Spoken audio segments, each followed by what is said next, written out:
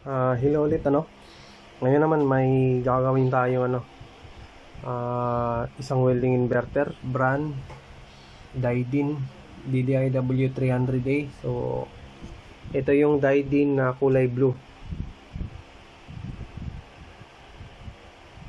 So hindi ko alam kung naging problema nito. Kaya mag-umpisa tayo doon sa pinaka basic.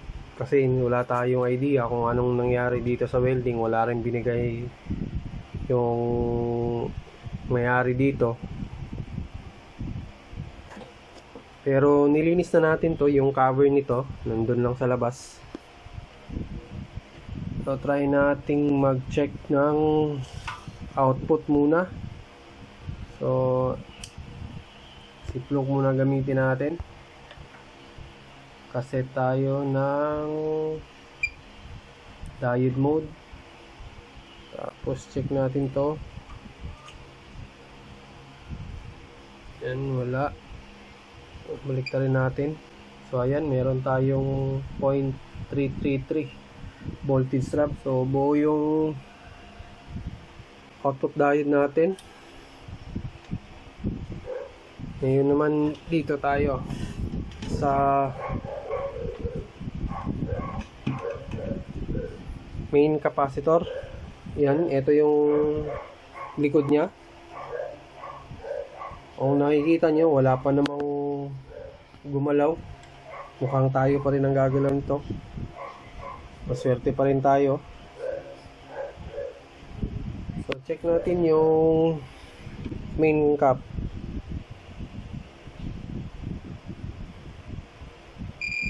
Eh, shorted tayo. Saka diode mode tayo niyan. So lagay natin sa buzzer mode. Yan. Tapos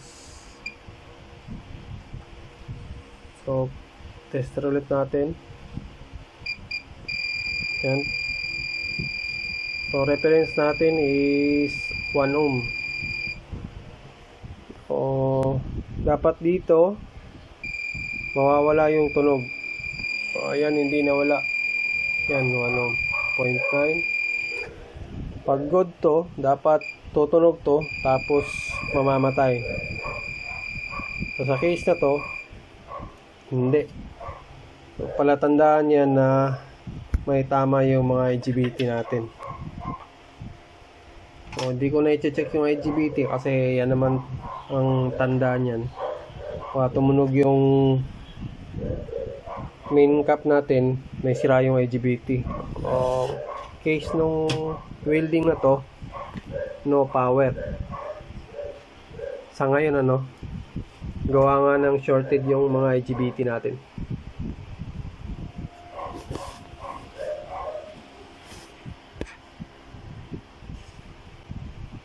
Bali, ngayon ang gagawin natin dito,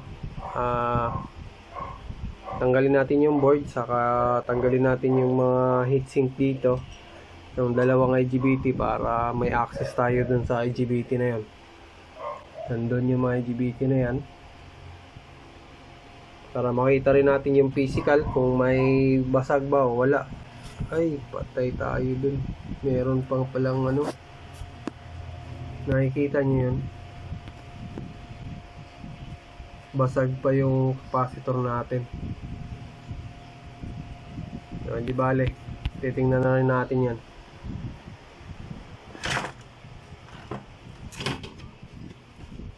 So balik lang ako pagka natanggal na yung board natin. Bali, balik tayo dito sa ginagawa natin. Bali, pinalitan ko na pala yung potok na mylar. Yan, nagpalit na tayo ng bago. Tapos yung mga IGBT rin, palit na rin tayo. Magpapalit na rin tayo ng ng IGBT dito. Tapos na rin nating ma-check yung nandito sa likod. Yan. Lahat ng pyesa rito, na-check ko na rin.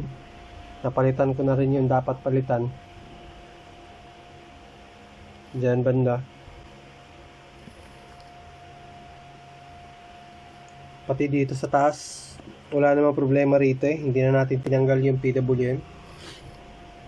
Na-check ko yung PWM dyan, okay naman yung signal. Tapos dito, na-check ko na rin yung signal. I-check din natin mamaya kasi nagpalit na tayo ng mga ibang pyesa rito. Pinalitan natin dito is itong dalawang Zener diode, nagpalit tayo niyan. Tapos dito rin, yan, mga resistor, nagpalit na rin tayo. Tapos dito, yan, nakikita nyo naman may hinang na yan, nagpalit na rin tayo dyan. Tapos yung dalawang ilaw na indicator, nilagyan natin. So, bali mamaya, testing natin sa oscilloscope. Titingnan ko lang dito kung maayos ko rin dito. Wala pa. So, kailangan natin hinangan ng ano yan. Yan o. Nakalimutan ko pang hinangin.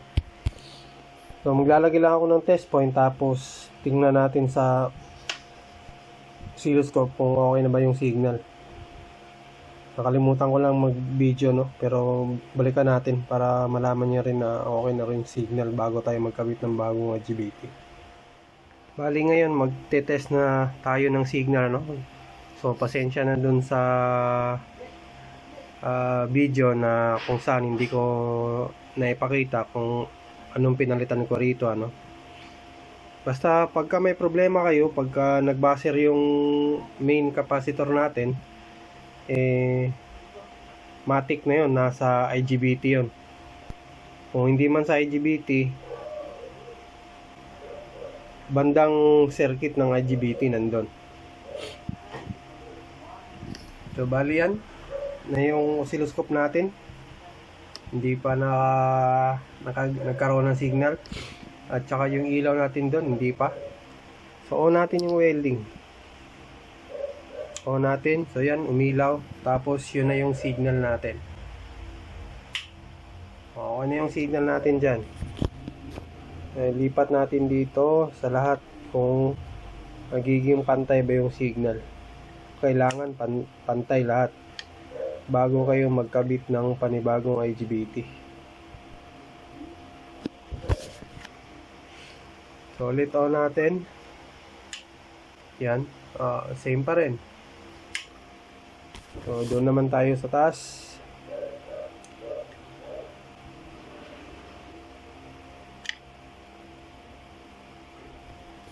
So ayan, nag-on. Meron na naman tayo.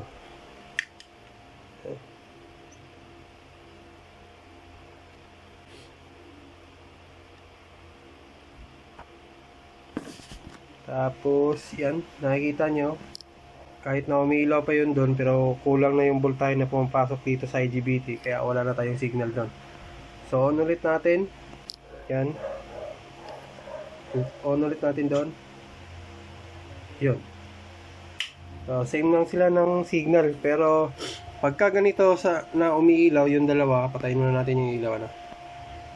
Yan, mamamatay lang po yung kulay dilaw pagka nagkabit na kayo ng IGBT. Pero may paraan din para mamatay yan. Pero sa ibang araw ko na ituturo paano mag-testing na mawala yan, na wala pang nakakabit na IGBT. So bali dito, kukulang na lang na hinangin ko, yan na lang bago natin ikabit yung IGBT. Baka makalimutan ko pa yan. So balik lang ako pagka nagkabit na tayo ng bagong IGBT, nailagay na yung board sa chassis, at testingin ulit natin. Bali naikabit na natin si Dydin. Naikabit na natin sa board, sa chassis niya. Kompleto na rin yan. Sarado na rin natin dito, pati lahat yan. Testing na lang natin panda rin. On ko muna yung welding,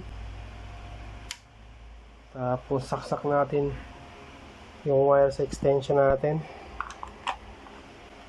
Tapos hopefully walang sumabog dito sa gawa natin, ano. Although na check na natin yung lahat ng signal, okay naman. So on na natin dito. So ito na. So ayan, gumana na si Daidin. So check natin kung meron tayong output voltage. So ayan. So 60. So ayan, gumana na. So kailangan na lang natin tong testing welding, ano. So balik nating patayin. So sa mga ganitong klase ng welding, kung mapapansin nyo, ang normal nito is ganito. Patayin natin yung signal. Kung napapansin nyo, yung dalawang ilaw na yan, yung kulay yellow at saka yung green, pag on mo, dapat sabay iilaw yung dalawa, tapos mamamatay yung dilaw. Yan po yung tamang operation ni Daidin na blue. So on natin ulit. So tingnan nyo lang. So yan. Tapos maya-maya patay. O yun. Bali yun na yung tamang ano niya. Kung kailangan na natin itong testing welding sa labas para malaman natin kung makokontrol ba natin yung ampere. Tapos merong mga ibang nagtatanong sa ano natin, nagsasabi na hindi na daw kailangan ng mga magagarang gamit para sa pag-repair ng welding machine. Wala naman pong problema dun. Ano, kahit na ordinaryong tester lang, pwede namang magawa yung unit. Hanggat hindi bumabalik yung unit sa inyo, wala pong problema doon. Ang ano lang is mula nung pagka-repair nyo, dumaan ng mga kalahating taon o isang taon bago bumalik sa inyo yung unit, medyo okay yon, ano. Hindi kaya kahit na lumampas dun sa warranty na binigay nyo, okay lang din yon. Pero pagka yung gawa nyo tapos kulang kayo sa gamit, nagawa nyo nga yung welding sa problema, ano, yung nakuha nyo yung problema niya, tapos gumana na. Ang pinakamasama lang doon is nung pagkabigay niyo ng unit, tapos winilding ni customer, doon sa period palagay natin wala pang isang buwan, wala pang 2 buwan, bumalik na yung unit nyo. Pagka nababalikan kayo ng mga ganong welding, mag-isip-isip kayo kung bakit, pag-iisipan nyo sa sarili nyo kung bakit anong naging problema sa repair nyo. Although yung gamit nyo nga is simple lang, wala pong problema doon, magtataka kayo bakit anong kulang o anong naging problema, ba't bumalik yung unit. Kaya nga naman tayo nag-encourage, pagka inverter talaga yung ginagawa nyo, kailangan may tools kayo ng oscilloscope hanggat maaari, kasi doon yung makikita yung waveform yung nilalabas ng welding, kung matino ba o hindi, kung may marami bang noise o ripple o wala, at kung paano nyo basahin, kasi merong oscilloscope. Marami rin nagtatanong sa akin sa comment paano magbasa.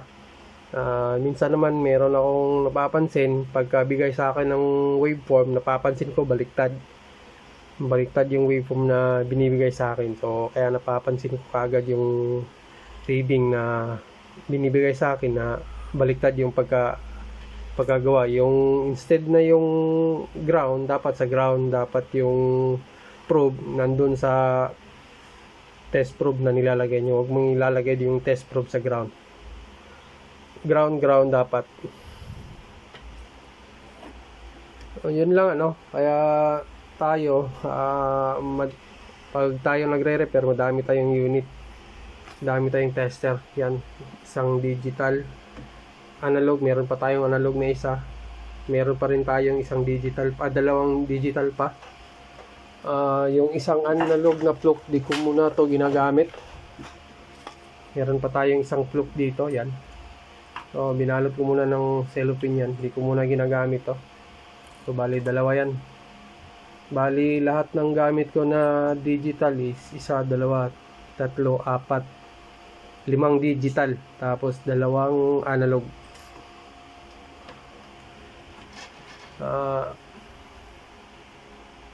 Balik na lang tayo pagka na-testing natin welding to sa labas, ano. Bali, andito na tayo sa labas ngayon, ano. Testing na natin yung welding si Dydin Blue. Yan, oo natin yung welding. Ayan, simula tayo sa yan, 60 amperes. Kung makokontrol ba natin yung ampere.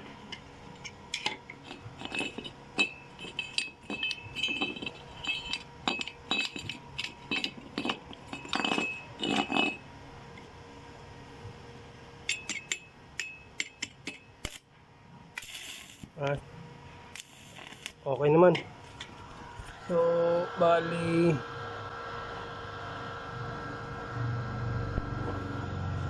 sira pa digital nito. Yan, 140.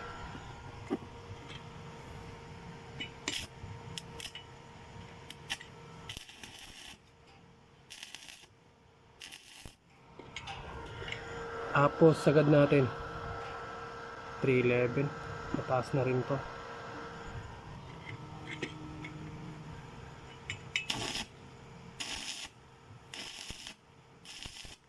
Okay naman, nakokontrol naman natin.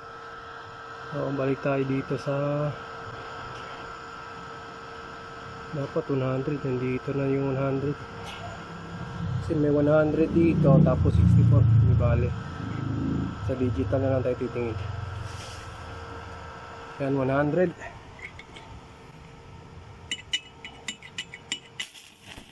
Yan.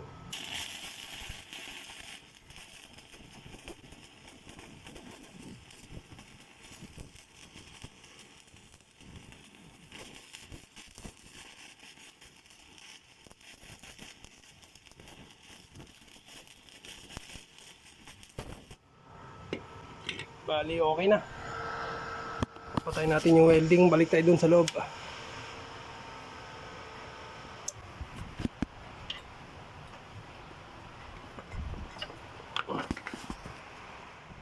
Bali, balik tayo dito sa loob, ano? Binalot ko na si Dydin para ready na kunin ni customer. At kahit pa paano, kahit na nakatambay lang to, eh wala nang alikabok na papasok kasi nakabalot na yan ng ano, plastic, ano. O yan lang. Okay naman yung testing natin sa labas kanina. Nakakontrol naman yung ampere natin. So bali, okay na to. So, kita-kita ulit tayo sa susunod na video. So hanggang sa muli, maraming salamat ulit sa inyo.